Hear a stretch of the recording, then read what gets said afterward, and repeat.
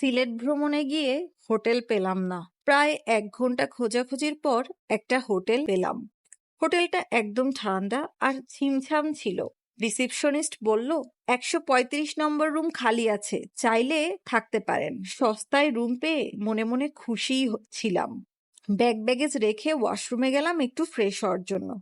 হাত মুখ ধুতে ধুতে হঠাৎ আয়নাতে খেয়াল করি আমার পেছনে একটা ছায়া। সাথে সাথে ঘুরে দেখি কেউ নেই। ভাবলাম অনেকখানি জার্নি করে এসেছি, তাই টায়ার্ড, এই জন্য বোধহয় উল্টাপাল্টা চিন্তা করছি। কিছু না ভেবে খাওয়া দাওয়া করে ঘুমিয়ে পড়লাম।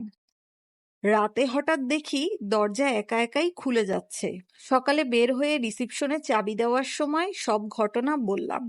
রিসিপশনিস্ট বলল, রুম ১৩৫ তো ৩ বছর ধরে বন্ধ, কেউ তো থাকে না ওখানে। আমি রুমের চাবি দেখালাম, কিন্তু ওরা বলল এই ডিজাইনের চাবি তো আমাদের হোটেলের কখনোই ছিল না। আমি একটু চিন্তিত মনে হোটেল ত্যাগ করছিলাম। হঠাৎ করে কানের কাছে ফিসফিস শব্দ শুনলাম।